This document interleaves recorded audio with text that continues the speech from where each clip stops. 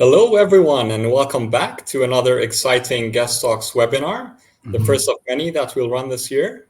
First of all, I'd like to wish you all a very prosperous and most importantly, healthy 2024.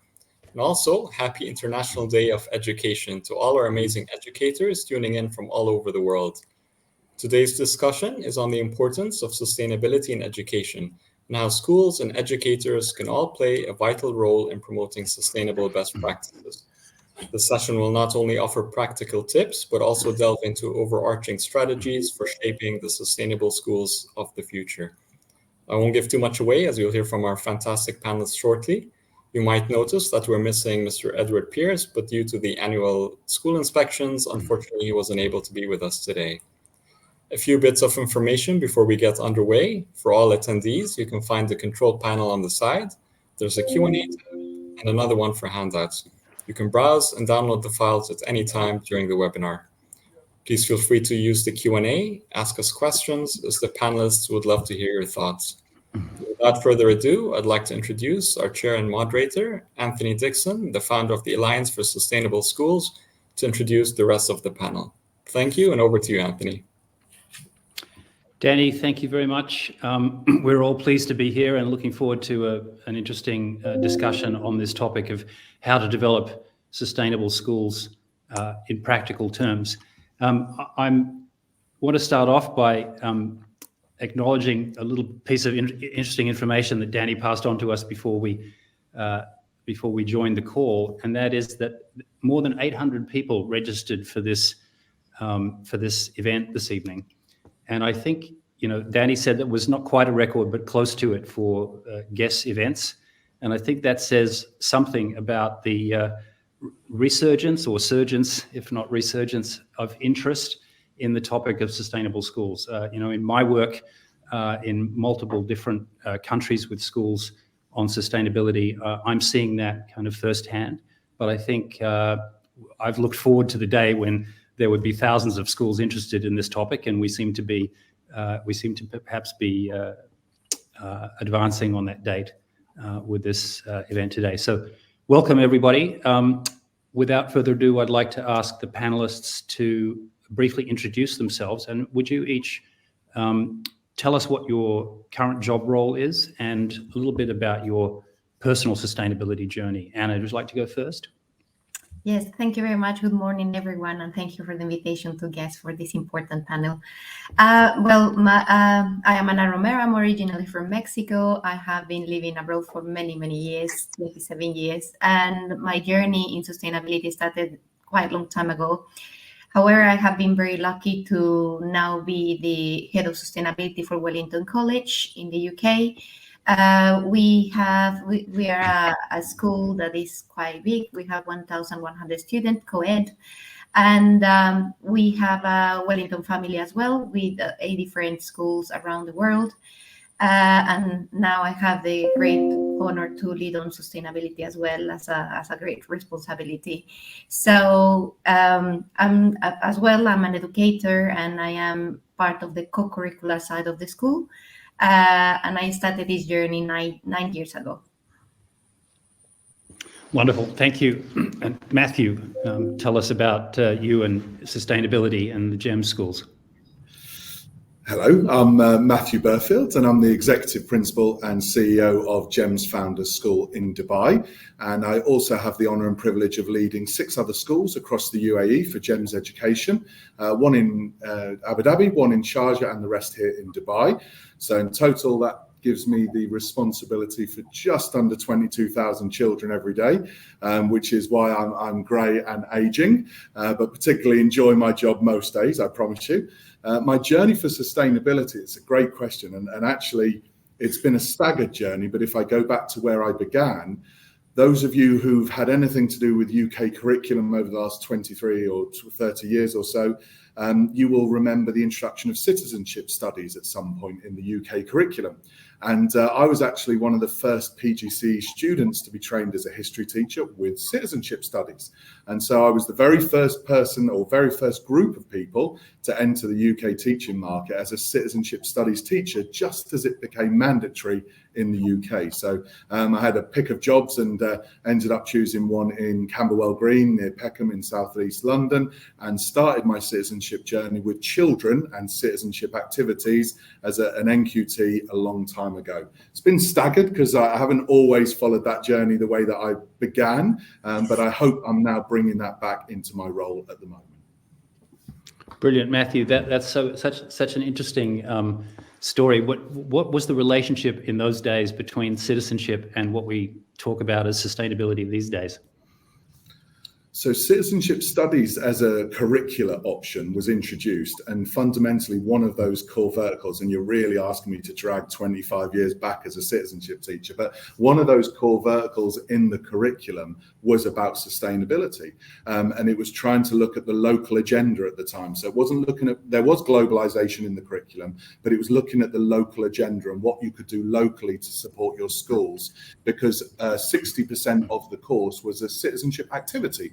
So it was children engaging in some form of activity. Some were about rights and responsibilities and Amnesty International and all of those amazing things that NGOs are doing as well. But there was many children in South London that I was working in who engaged in recycling projects and how could we reduce paper in school. And they really worked through a project and then presented back their findings. And I ended up leading citizenship across as a lead practitioner across London, something I was really passionate about at the time, and had amazing children to work with who just wanted to engage in sustainability as it was then 25 years ago.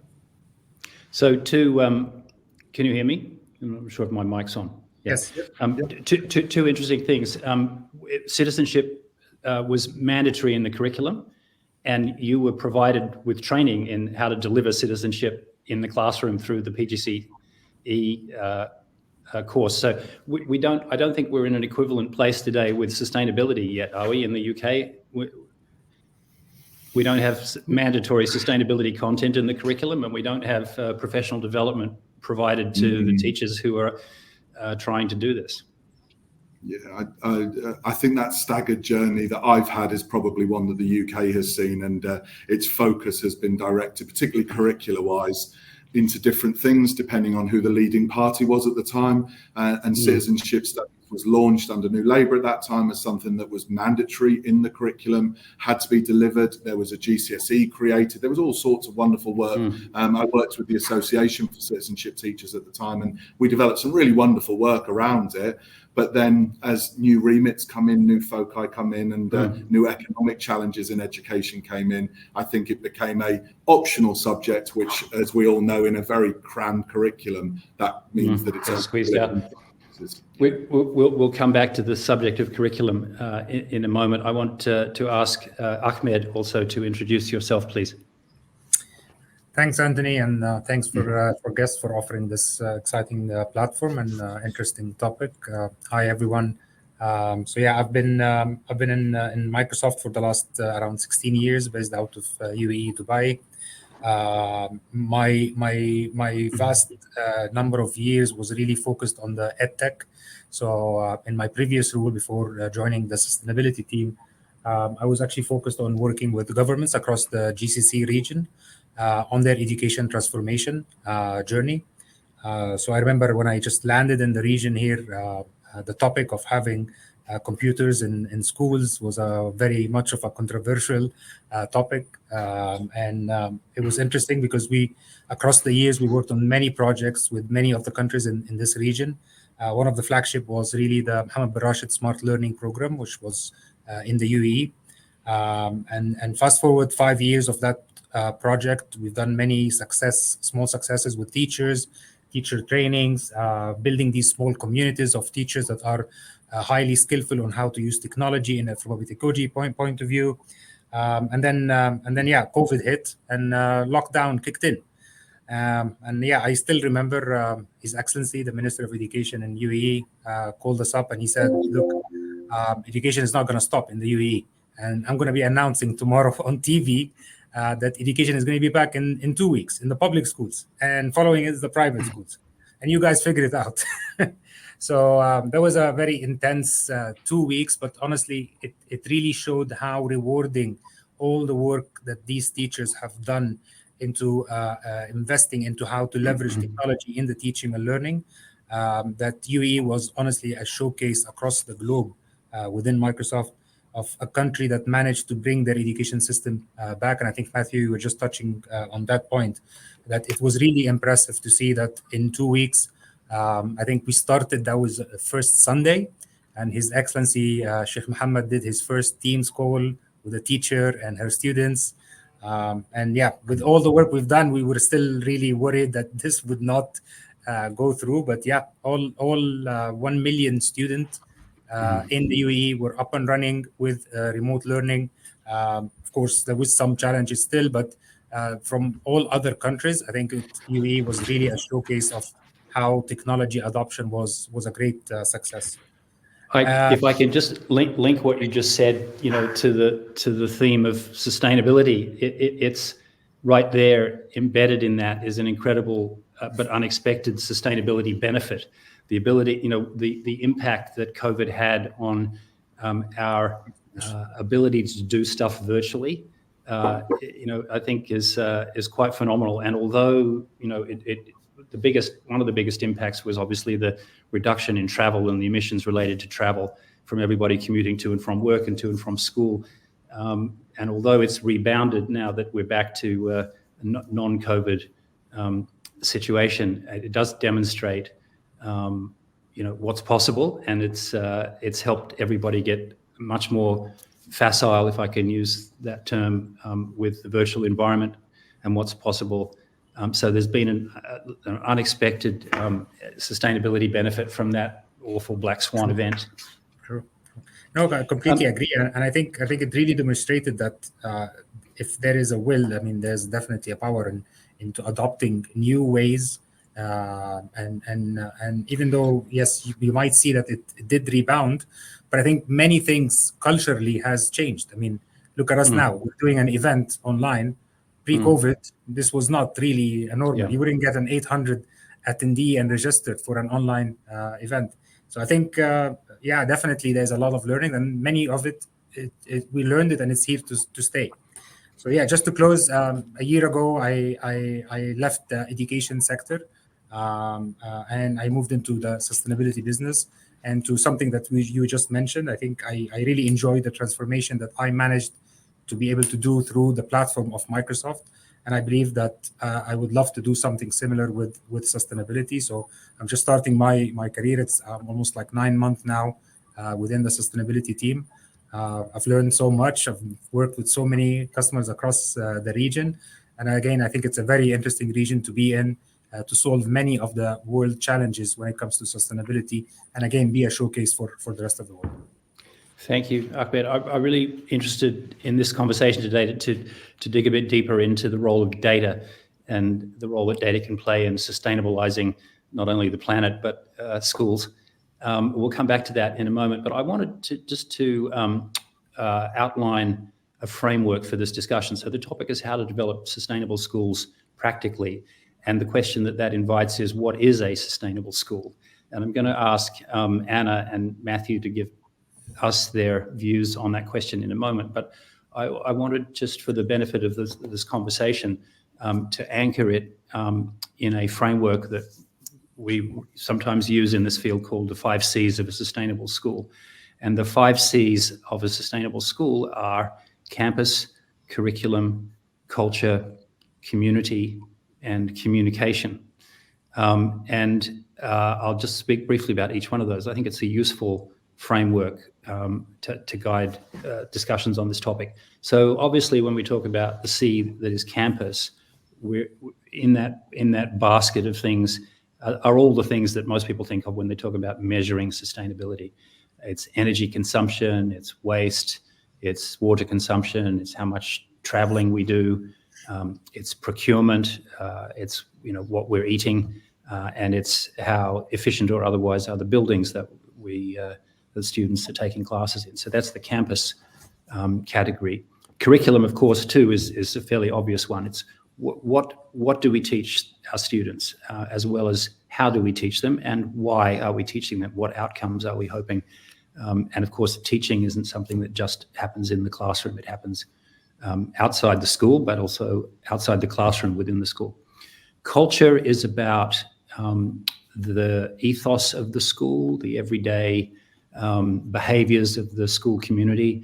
It intersects with issues of governance and sustainability policies, and also things like the hidden curriculum, what isn't actually being spoken about, but it's implicit in the way the school operates, that nevertheless imparts a kind of learning at some subconscious level to the student community. Then the fourth C is community, and that covers the question of how does the school interact with its external community, what partnerships does it have, how does it contribute to sustainability challenges in its own neighbourhood. And I always like to say sustainability is a community activity. So you can't be a sustainable school unless you're on your own. There's no such thing as an isolated sustainable entity. And then communication. And communication in our work we've noticed that it's a really essential underpinning for all these other things. The schools, the success in sustainabilizing a school, forgive that awful piece of jargon, rests on how well the school tells its own story. What is the narrative around its sustainability journey? And is it just a question of, it's more than just simply saying, oh, look, we recycle our plastic bottles, or 10% of the school community walks to school. It has a bigger purpose than that. It has a purpose of raising awareness of the school community. It has a purpose of perhaps influencing behaviour and promoting solutions. So those are the 5 C's. And I wanted then now to come back to the main question, really, which is, what does it mean to be a sustainable school? What does it mean for Wellington College and the Wellington College Group, Anna? Yes. Well, first starting what we understand as sustainable school, in my experience, and is typically referring to an educational institution that prioritizes environmental, social, and economic sustainability in its operations, curriculum, culture, like you were mentioning, and overall ethos. For Wellington College, it has involved integrating sustainable practices into various aspects of the school, including campus management, educational content, fostering a sustainable culture, and engaging with the community that we belong to locally, regionally, even nationally, and effective communication about our sustainable initiatives. So for us, when we started our journey as looking into sustainability, we were really in defining where we were as an institution and developing that journey. We started, as I said, 9 years ago. And the first step we did was really understanding where we were at, what was the thinking of sustainability as a concept within our community. And with those elements, we were able to first start with a whole school approach. And for us, that was the basis to really develop the concept which we were thinking of sustainability within Wellington. And for us, it was defined and considered as a balancing act, a sustainable model for human race and the planet, which includes obviously the idea of a global society founded on respect for nature, universal human rights, economic justice, and a culture of peace. Translating these concepts, which in the reality of the college, it was when we started to promote a strong commitment on learning for sustainability in the concept of education for sustainable development, and working towards achieving some of the 17 sustainable goals by 2030 in this case, in 3 main areas, obviously environmental protection, social responsibility, and economical practice. At the end, our aim nowadays is to encourage students to be active participants in local and global communities. And we are committed to global citizens who are passionate about caring for others, where our world is essential for them to be members of our society. So when we engage our students in the problem solving that we see, not only within Wellington, but beyond the classroom, is really involving all these concepts that you were mentioning before. How do they interact with our communities? How do we really promote that culture change or behavioral change? So we started with, as I mentioned, with that whole school approach. We're going to do a second one as part of our commitment to UNESCO as the recognized agency for education for sustainable development. We have very strong community engagement, and we started back in time with Crowthorne Reduce Our Waste. Wellington College is based in this village called Crowthorne. And back then we started committing ourselves to the 3 main single-use plastics that we were using in the school to really eradicate, aligning with the commitment of the community to gain free plastic status. So it was a whole learning process. And nowadays, for example, we're starting our journey with our family. And the first steps is starting precisely with a whole school approach. And in that journey, there has been many actors. We have been linking with different organizations that precisely gave us a bit more of ground to understand how to really immerse these concepts of sustainable school within the campus curriculum and culture and the community and communications that you were saying. The first one we started working with was SEED. Let me stop you there, because I want to go deeper into some of these particular in this direction. But before we do that, I want to hear from Matthew about the GEMS view of the same question. What does it mean to be a sustainable school from the perspective of your school group? Thank you, Anthony. Yeah, I mean, that's an incredibly comprehensive answer listening to Anna, and so I'm definitely not going to try and follow that and talk about all those wonderful programs happening at a school level. So if I approach it from perhaps a different angle and talk about GEMS Education, which is the largest school provider in the world, I mean, globally, but we also, have the honour of educating 140,000 children just here in the UAE. So we really have got that influence, that ability to scale things. So perhaps I'll approach it from a strategy point of view rather than a school by school base, if that's okay, Anthony, just so that I can get a slightly different approach. So one of the ways that we've looked at it, and I'll try to remain as practical as possible, but one of the ways that we've approached it was 18 months ago, after lots of great work that's happened at school level, the organisation itself started to look at the education strategy for the company again. It's probably more than 18 months ago now, but 18 months ago, we implemented a new education strategy, which was a 3 to 5 year plan for all schools in the UAE and Qatar and KSA, so our schools here in the GCC. And one of the main, there's only 5 verticals, and one of the main ones was really looking to address and drive down as much as possible that sustainable, efficient goal. And we used the SDGs. I mean, we used something that was there. We drew from that. We used the Sustainable Development Goals as a framework to work on. And we've used that to then start to implement commonalities across our schools. So some of it is retrofitting in some of our older schools. I mean, we've been here for 60 plus years, so some of our schools are a little bit older, and we've looked at bringing solar panels into each school.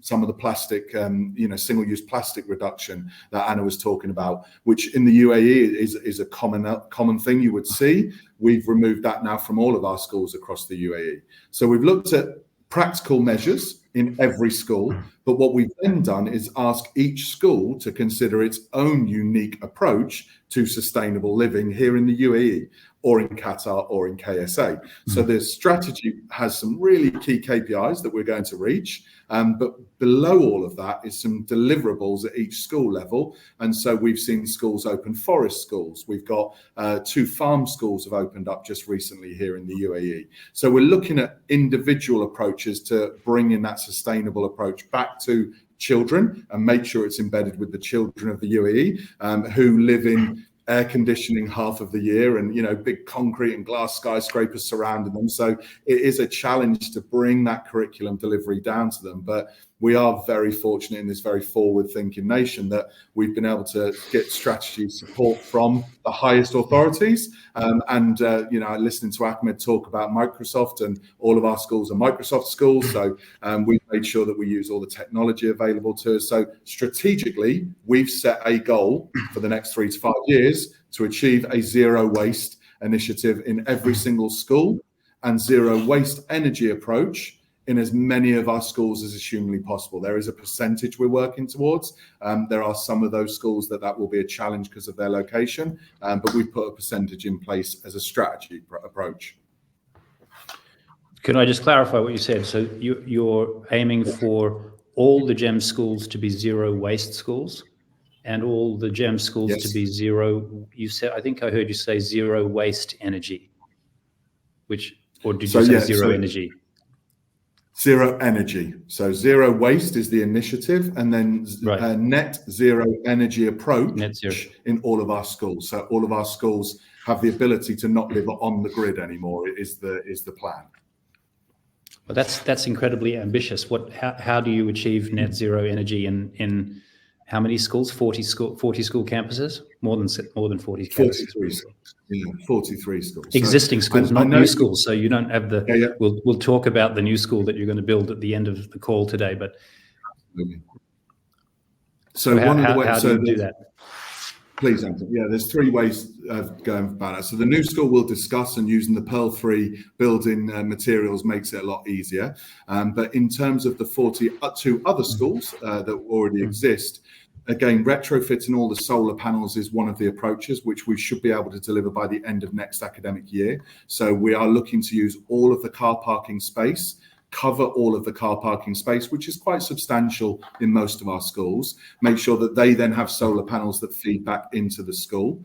Our IT department are working on a strategy to renew all of our IT equipment, so all the screens and all of the work that we have in terms of the laptop I'm sitting here talking about, and they're looking on a piece of work to make sure that everything in the schools in the next 3 to 5 years have got a real efficiency level that makes sure that their energy usage is as low as possible.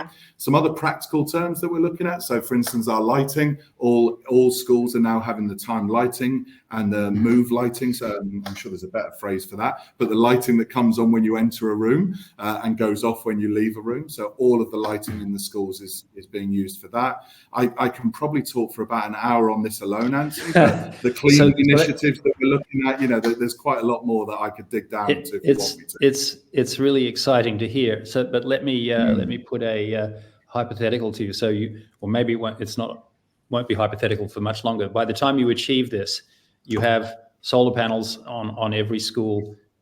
You have very super efficient IT equipment and lighting and so on and so forth. I'm guessing that there will still be some residual carbon emissions, residual energy footprint that just simply it's just there, right? You've done everything you can to reduce the emissions as much as possible. What do you do with the residual? In order to get to net zero?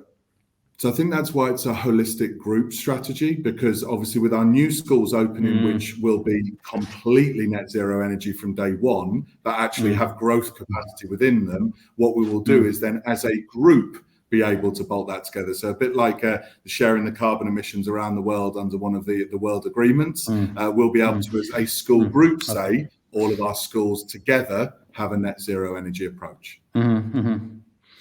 And what about the curriculum aspect of it? So Anna, you talked about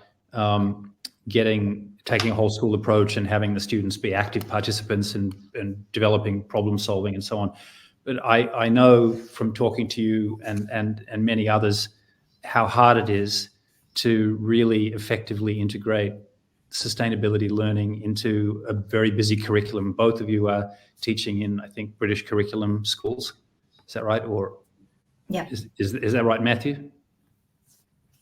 GEMS is a British curriculum So school. in GEMS we have British curriculum, IB curriculum, Indian curriculum, American curriculum, and mixed curriculum schools. So no, they're all curriculum, everything. But I think they're all equally busy. School curriculums are full. How do you, Anna, approach this challenge of integrating sustainability learning in a school into the timetable? Yes, well, we have been very lucky to be able to really commit some time of the students for co-curricular activities. So when we started with our journey, precisely developing a sustainability program that was really embedding education for sustainable development and building the culture of really educators becoming and teachers becoming facilitators of the learning process of students, and students being in charge of that learning through action learning and system thinking and forward on. It was difficult at the beginning to really integrate the concept that it was going to be part of the curriculum or cross-curricular. So the alternative was to create this sustainability program. And as I was mentioning before, learning went across different experts in the field that were interested to take Wellington as a pilot. And that was the case of sustainability and environmental education, charity that works precisely in this field. See that they help us to develop this journey, and it was a great success with our not junior school, with the senior school, and we have been running that program for more than 6 years very successfully, in which our students precisely take different initiatives. From there, it was a whole development of activities, having a youth really empower, taking the agency to act freely in Wellington as their laboratory.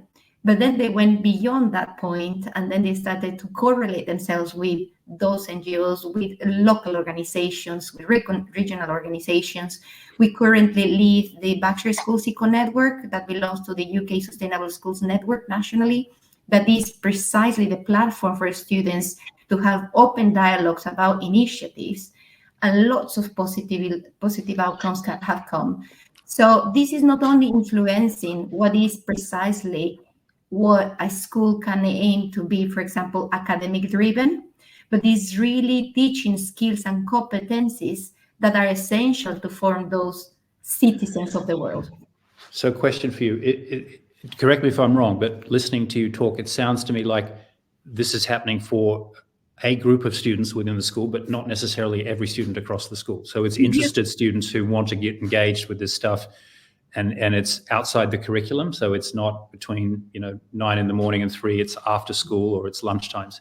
Am I right? It used to be like that. Nowadays we have the junior school immersed in its own program that is called the Young Changemakers program. And we have now as well different parts of the curriculum touching on sustainability. It's not across yet, and that's a challenge. And I think the next steps should be looking at cross-curricular component. But I think these initiatives have been really enriching the experience of the students beyond the curriculum, which is something positive. And teachers themselves, when they have been trained and received this kind of information, they are more keen in integrating these elements. And as an experience, I must say that, for example, our experience in really picking, we have been observers of the process of the negotiations since COP25. And now in COP28, we reach a peak in which the students created the declaration, for example, and it was thanks to that program and that learning. Plus, I believe, and I strongly believe, that initiatives that make schools committed to these publicly, such as the TESS Sustainable Schools Alliance, for example, is really a component that embraces this and really puts forward the initiative of moving, not only within the curriculum, but in this case, I believe, we have seen the synergies that we can develop between the curriculum and the co-curriculum. Because these busy times, sometimes we pull students in all directions, and it's fair for them to decide in the co-curriculum what they want to learn and be in charge of the learning. And when we get to see how the curriculum sometimes outlines the different topics that are global issues, the co-curriculum is an element that is very important. And why? Because it gives freedom and hope of opportunity of action. And that's an element for us. I want to bring Ahmed into this discussion at this point, and take the conversation in the direction of measurement and data, and for any school, as the saying goes, what gets measured gets managed. And so if we are progressing towards something like a zero energy school or a net zero energy school or a net waste school, or in any of these other areas trying to reduce resource use and waste and consumption, we have to be able to measure these things over time. We have to know where we're starting from, and we have to be able to come back and take measurements at periodic intervals. So what sorts of things are your schools tracking? Let's start with that, and then I want to ask Ahmed to describe some of the work that Microsoft has done, both globally and that would be applicable for schools in terms of providing a platform to track this sort of information. So Matthew, what metrics relevant to sustainability are you tracking as a group on a regular basis? So if we start with the simple ones of energy usage, obviously that's been tracked and has been tracked for a good amount of time. So the energy usage as in electricity usage. We have tracking, I'm just checking through that, I've made a couple of points on this one as well. Water consumption has been a big one that we've tracked recently, particularly looking at water conservation in a desert as we are, and thinking about, well, how can we make sure we reduce that water consumption in our schools? We've been looking at waste management, and we're quite fortunate that our services that are provided for GEMS schools here in the UAE are actually also provided by GEMS organisations. So we've got Infracare, with STS are our bus service. So they've been tracking biodiesel usage. So we've got a biodiesel tank at our school and at many others, and they've been looking at the usage of that. That started, I think, about 4 years ago. So we've got 4 years worth of data tracking that biodiesel usage with that. And the other one, just before you jump in, is the chemical usage as well by the Infracare, by the cleaning team that come into the school. So looking at the chemicals that we're putting in to the system, so to speak, whether that be cleaning the toilets or cleaning the rest of the school. So we've also started tracking those elements as well. Yeah, and who's we? So who does that data get reported to? Who looks at it? So our COO is the person that has all of that data as available to them.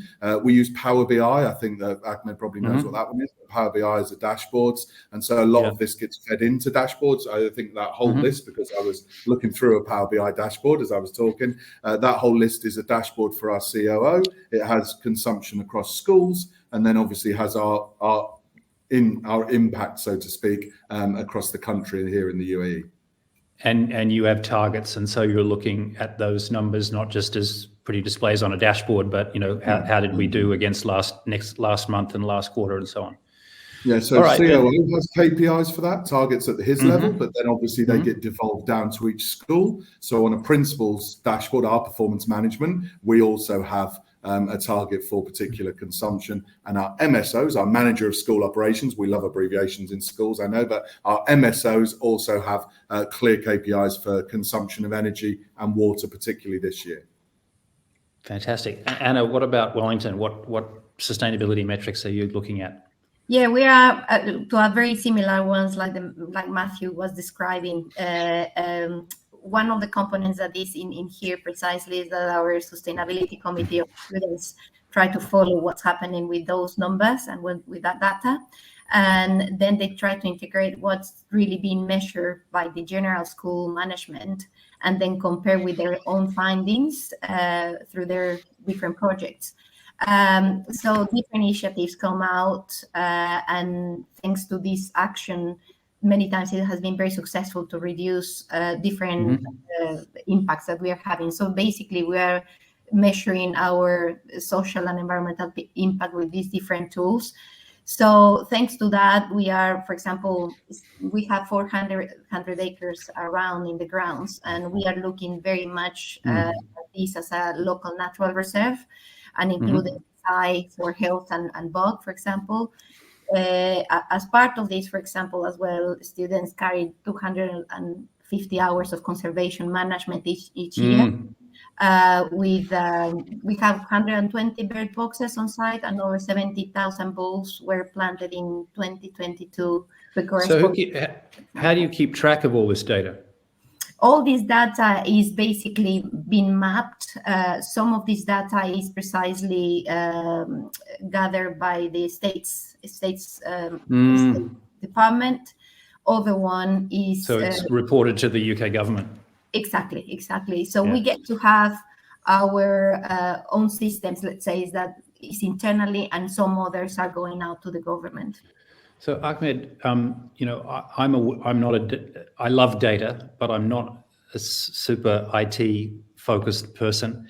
But I am aware of the importance of data for managing sustainability globally at the planetary level, and that there's a lot of data becoming available and a lot of emphasis in the sustainability community on using that data to drive improvements in sustainability of everything that we do. Can you give us a couple of minutes of perspective from Microsoft's point of view of what's going on at the global level, and then tell us about some of the sustainability data platforms that you've developed and how they might be useful for schools? Sure, Anthony. Look, maybe just to give some context, I think Microsoft focused on sustainability like almost over 20 years ago, and that came from the belief that for a company to be successful in the future, sustainability is super critical. We have facilities across the globe. We're in the business of developing data centers, which is a very resource demanding asset. As well as we do manufacture hardware also. So across all of these are very significant carbon emitting, water usage, heat generating functions. Actually, in fact, the total emission of Microsoft on the planet is 0.03 of the full planet emissions. So we as a company, we're responsible for 0.03 of that emission. And through our own sustainability journey, which we have this belief that you need to get your own house in order before you can actually help and advise others. So on our journey of getting our own house in order, we've made a number of commitments. So by 2020, we made the commitment that by 2030, we would be a carbon negative, water positive, and a zero waste company. And this is not a pledge, but it's a commitment that we track on annual basis. We have a public sustainability report that we produce showing all the innovation, how are we tackling on each one of these. And we even took it a bit further, and we said by 2050, we would remove as much carbon as much as we've emitted since the inception of Microsoft. Now, that's a team that is working and challenging so many areas. I mean, they're building so many innovation. And because we are a company that serves customers, we got a lot of questions from our customers saying, we're interested about your journey. How can you help us on our journey also? So we met with our own sustainability team, and we said, look, you guys are working on solving 0.03 of the global emissions, which is the Microsoft emission. How can Microsoft actually help with the 99.9%, the rest? How can we help other organizations, other governments on their journey with this? And their answer was a data challenge. They said the biggest challenge that all organizations face when it comes to sustainability, and even taking it further to the ESG, which I can talk a bit more about, it's a pure data challenge. There's enormous amount of data in silos, in different formats. There's hundreds of standards across countries for any multinational, like with Matthew saying that they have schools across different countries. Always the challenge is there's different emission factors, there's different standards. So it becomes an immense exercise really for any organization, even largest organizations, to actually develop a sustainability report. Just to give an example, some of the leading banks in the UAE, for them to produce their sustainability report annually, they would hire a consulting company with 20 to 25 resources sitting there for 6, 7, 8 months to develop that one snapshot of time.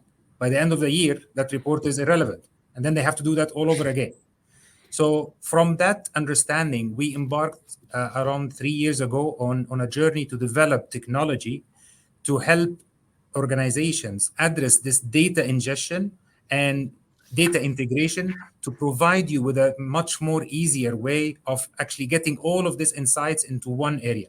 So instead of spending 6 months every year to build that report, just spend 2-3 months to develop, to plug in all the data connections to this tool, and then you have an up running tool that you can use all year long at any point of time.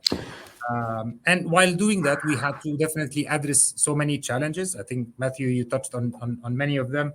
You have different profiles of data. You have your electricity coming in PDF format, so you need an AI system to capture that. You have your building management system is saving all of that files in Excel sheets. You have a database that maybe is on SAP or on Amazon or Google Drive.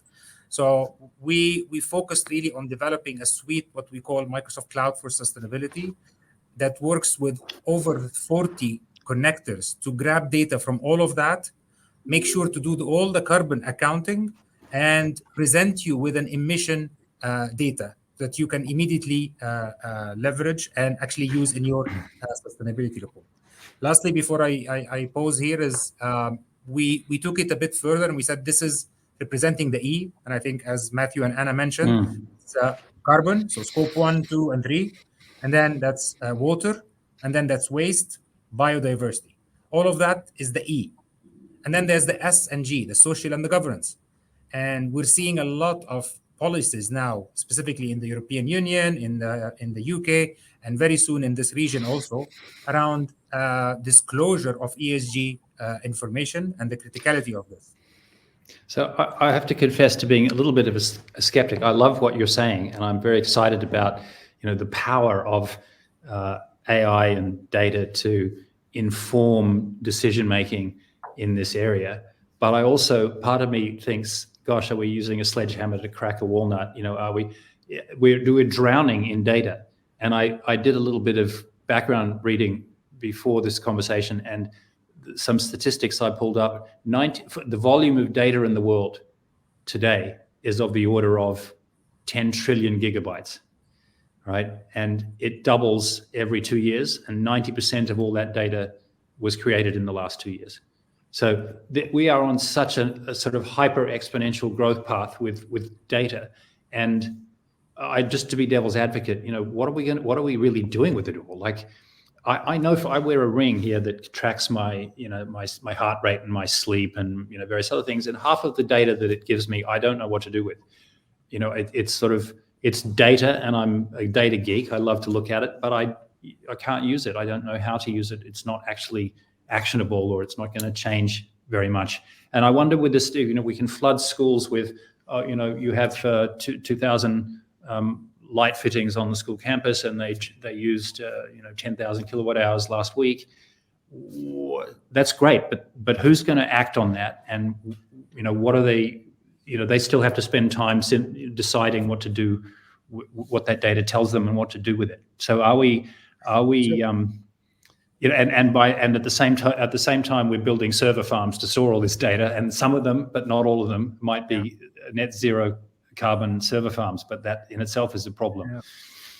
Look, I think it's a super valid point, Anthony, and I think both companies, schools, and even people are starting to get overwhelmed of the amount of data, of emails, and I think the answer to this now is artificial intelligence. So just I'll give you an example. There is a famous company in the US that is building robots. I think it's called Boston Consulting. I mean, they were very, very old, and that they've been spending years in doing that. But the way they build robots is they write line by line what the robot should do. Tesla just recently came up with their human robot, and it doesn't have any lines because they just build an AI model, and then the AI model learns from different elements and then starts learning from that. Teaches itself. Same thing on data. So some of the aspects that we're doing on sustainability is this is an overwhelming amount of data. You don't want to see all of this. But if you feed the AI with this data, it will come back to you and say, look, I can only see three spikes in your energy consumption in the last 1 year. There's definitely something wrong, either in the sensor or in your energy consumption or the way you're using that. So AI will really help us minimize much of the noise of that enormous amount of data that we have around us, I can see so that that. we can I can really see that. focus on areas that might be relevant for us to take attention and actually spend our human brain power on. I'm aware that it's 10 to 10, and 60 minutes is just not enough time to do this topic justice. I feel like we're just really getting started. So a note to Danny, please give us 2 hours next time. But as it is, we have a sort of rough stop at 10 minutes time. One thing I really wanted us to talk about was what we've been talking about so far is existing schools and how to improve the sustainability of the operations and the learning environment in existing schools. Matthew, you're building a new school from scratch, and you have the wonderful opportunity to sort of design it from as a blank slate, really. Tell us a little bit about, what is the vision for GEMS Masdar? In fact, tell us, for those people on the call who don't know, what is Masdar to start with, and then what's the vision of GEMS Masdar? Thank you, Anthony. So I'm still just digesting what Ahmed's just told us as well. I'm a science fiction fan, so I'm hearing AI and I'm just seeing all those science fiction movies that I grew up on as well. And don't tell your facilities managers that they're going to lose their jobs in a couple of years. Or that Terminators are going to rule the world one day. No, but so we're opening GEMS Founders School in Masdar City. Now, Masdar City is in Abu Dhabi, here in the UAE, and it's built around the concept of sustainability. So if you go there, if you've ever been there, have you been there, Anthony, actually? Is it a place you visit? Yeah. So you have, I've only been there once, so you probably have an advantage over me. I've only been there once so far on a visit. And what you can see is a real, true, at least indication from from Masdar that they are trying to do everything with sustainability at the core of what they've decided to do. So you can see there are limitations on cars entry. There's lots of walkways. There is solar paneling everywhere you walk around. Like, they've really gone big in terms of making a sustainable platform in this area of Abu Dhabi, which is just to the east of the airport. So it's in a really prominent position that everybody's going to drive past and gets to see as well. And GEMS Founders Masdar that we're opening up, GFA, the initials that we're using for it, has been built with the partners Masdar. So we want to meet their laudable goals as well. We want to work with them and do everything we can. And some of the initiatives that are going into that school was one of the particular starting points was that to build in Masdar, you have to have Pearl-free rated building materials. Now, I'm not going to sit here and pretend that I'm a building expert, but the way it's been explained to me is that this meets these particular ratings. It's the highest rating of sustainable material that you can put into a building. And so the entire build is being constructed with Pearl-free material. There is all sorts of certification that comes along with that I won't bore the audience with, but lots and lots of certification that comes along with that. Now, we talked about the net zero energy initiative, and I'll give the precise number this time because in our first chat, Anthony, I couldn't recall it, but it's 3.1 million kilowatts of energy that will be produced annually by the solar powered system that we're putting in GEMS Founders in Masdar. So that's a considerable amount. And that's because the school is growing. So it will start with 1,000 children. But in reality, it is a school that can house 4,000 children eventually once we've built the second phase. So it is built to sustain that amount of children and that amount in the community, 3.1 million kilowatts. We've also looked at the thermal insulation. So we talked particularly where I'm from in London, where you put the thermal insulation to try and keep the heat in. What we're actually doing here is to try to keep the heat out. So it's a different type of thermal insulation, but there will be a thermal insulation built within, and it's from, again, a project management point of view, being built within the Pearl-free material. So it's going to be really helping us to keep the AC in and the heat out. And then the water consumption, which we've started actually within Founders. We've already started this a couple of years back. We looked at all the taps in the schools, and it can be a simple, practical. We've offered some really big ideas here in the webinar, but there's some really simple things to do as well. So in all of our taps, we looked at the timing of taps, the automated taps, and we looked at the timing, and we were able to adjust the timing. And then we were putting these little small filter caps that were reducing the amount of water that came out of the tap. I hope I'm explaining that as best I can, not being an expert in this, but just to give that really simple example, that saved 41% in water consumption that academic year, term to term. So as I was saying to you, Anthony, before, in that term to term, it's 41% saving in water. That's going to be fitted straight away in GEMS Founders in Masdar City. So we're looking at all of those initiatives going in from day one. There'll be EV charging in there. There'll be a biodiesel tank from day one to make sure that the buses are at least biodiesel. The plan in the future, once the vehicles have got there, is to have EV, obviously, for all of our buses as well. And that really supports Masdar's partnership as well, and what they're expecting for us to deliver. And in terms of that waste management, we're really working on the building materials, so the waste that happens with building, and then B, once it's built, what we can do to make sure we reduce paper and go back to that really old phrase of just reduce, reuse, recycle, but go back to that from day one to building with the children and the curriculum. So I think I've covered a few more details on Masdar, at least for everyone. You have indeed. That's an inspiring example. When you've done the building and you start to fill the seats with students, there's what I call, so you've just described the hardware of the school. The software is the humans that are going to be inside it, and their behavior and their how they live day to day. And what are you doing to build the software of the school to make it sustainable?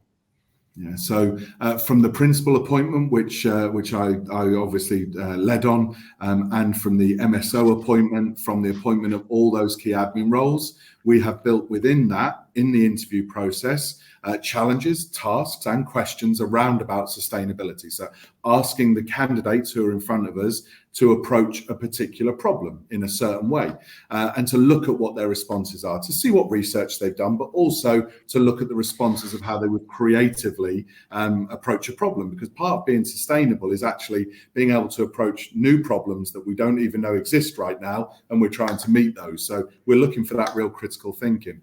And what we've now done, because we've appointed an amazing principal who will be announced hopefully in the next week or so, having had ADEC approval, we've appointed an amazing MSO that actually comes from a sustainable background. They've been working in recycling, particularly in the region, and so they're going to be joining the school. We've now made sure every single teacher interview is built within a core concept of asking them about how they would embed sustainability into the curriculum, what experience they have of embedding that into the curriculum, so what they've already done in their current context, and then beyond that, how they see themselves as part of that bigger ecosystem. You talked about that software, but that bigger ecosystem of a school, what do they see their responsibility in being there? And, we've started to look for questions, been quite interesting. We've looked for questions in some of the really great interviews we've had where teachers are saying, well, where's the accommodation? Is it close to the school? Because, I want to make sure that I can walk and I can cycle to school. And, those things are coming out instantly from those really great interviews. They're already thinking about that context of a car culture and lots of people driving, but they're saying, well, how close will you put me to the school? And they're going to start holding us to account even in the interview stage. So that's terrific. That's terrific. It's really interesting to hear that, the issue of sustainability is being introduced in the hiring process, as almost not necessarily an explicit criterion, but you're asking people their views and you're selecting people with that in mind. Absolutely. People that will be, aligned with the mission of the school. We are coming up to the end of our hour, and I'm open to a few more minutes if everyone else is. But I particularly wanted to try to incorporate some questions from the audience this evening, and there's a few that have been typed into the chat. If there's any members of the audience who have specific questions, I'll put one of them to the panel in a moment. Please take this opportunity now to give us your questions in the Q&A, not in the chat. We're using the Q&A. So here's a question for you that I think you would be able to field, Anna. It's come from somebody in Kenya. And the question says, I would love to know, how do we balance the trade-offs between the sustainability dimensions of the social, human, environmental, and economic strands ESG, I guess. In my country, Kenya, the trade-offs keep sacrificing one against the other, leaving schools prioritizing one sustainability dimension over another. Secondly, for schools in Kenya, in very poor neighborhoods, how can they build sustainability, and how can we incorporate inclusivity and equity into our sustainability strategy? There's quite a lot of meat in that question, but Anna, do you want to have a go at it? Yeah, absolutely. Well, it's very interesting because precisely when Ahmed was telling about all these great possibilities for data and technology in solution, we cannot forget about other countries and other national contexts that are precisely quite far away from what most of the schools in developed world can achieve. And that's the Global South. And I believe that reality aligns very much with Latin American countries, in which we are having different realities. But that doesn't mean that we cannot achieve having schools that are probably gathering information in their national context or in their local context and developing initiatives. Some great examples, I've been visiting different schools in Africa, and especially in Kenya, in the private areas, and I was very surprised about the different initiatives that were starting from members of staff. And in that sense, I believe it's very much about the objectives that revolve around fostering awareness, knowledge, skills, and values that empower these individuals to contribute to a more sustainable and environmental conscious society. So some of the key objectives, I would say, for example, will be precisely around knowledge, awareness, skills, and values. So when we have a society and a school, for example, that usually gathers that community, because schools, we are the center many times of these communities. And if we emphasize those values, is quite the change that we want to produce is more understandable within the schools, and how to build that vision is really involving all those stakeholders where those schools sit within the community and that can gather very valuable information. So I will very plain answer that question in that way. Terrific. Let me see if I can pull one more question here. Well, there's a question. Actually, it's quite a good point. Several people have commented that we can't do what GEMS is doing because we don't have the budget to do it. So what should we do instead? And I think you've sort of touched on that, Anna, in saying, and when we make the distinction between hardware and software, part of the equation is driving down improving the design and the efficiency of the operations of the buildings, the hardware. But an equally important part of the challenge of sustainable schools is creating sustainable behavior patterns, changing the way we use resources, and that's a sort of psychological, approach that needs to be taken. And there's a whole wealth of literature on how to do that effectively and subtly, and I think it's fascinating and very applicable to schools. If I may add, Anthony, I believe this is a key question, and I believe there is obviously the limited budget and resources for implementing sustainable practices seems nowadays a big challenge for lots of schools. One of the ways that has been an opening path is seeking fund opportunities, grants, and partnerships with local businesses, organizations, implementing cost-effective solutions, and prioritize initiatives in the long-term benefits. That sometimes is what we don't see as key elements for us to advance the agenda in precisely implementing these perspectives. And I believe there is important frameworks that educators and stakeholders and decision makers in schools should be aware, and it's that international framework that is precisely Action for Climate Empowerment that specifically talks about capacity building in education. Yeah, and I mean, of course, it may go without saying that some of these improvements are investments that pay off And indeed, you can put solar panels on your building with no upfront capital because someone else is going to pay for it, and you'll share the benefits over time. So not all of these are, sunk costs. Danny, I think we've run out of time. I hope you noted my request for an extra hour next time we convene. I did. I definitely did. And thank you so much, everyone. That was very interesting, such an interesting discussion and very informative. As you said, Anthony, an hour is definitely not enough to discuss such an important topic. And we'll definitely run follow-up webinars pertaining to sustainability on a regular basis. I know we had many great questions that came in that we couldn't get to, unfortunately, but we'll definitely pass them on to our panelists by email and get back to those who asked in the coming days. And if anyone from the audience has any further questions or would like to connect with our speakers, please send an email to marketing@gesseducation.com. You'll also be redirected to a short survey once we end the webinar, so please tell us what you thought and if there are any topics you'd like to hear about.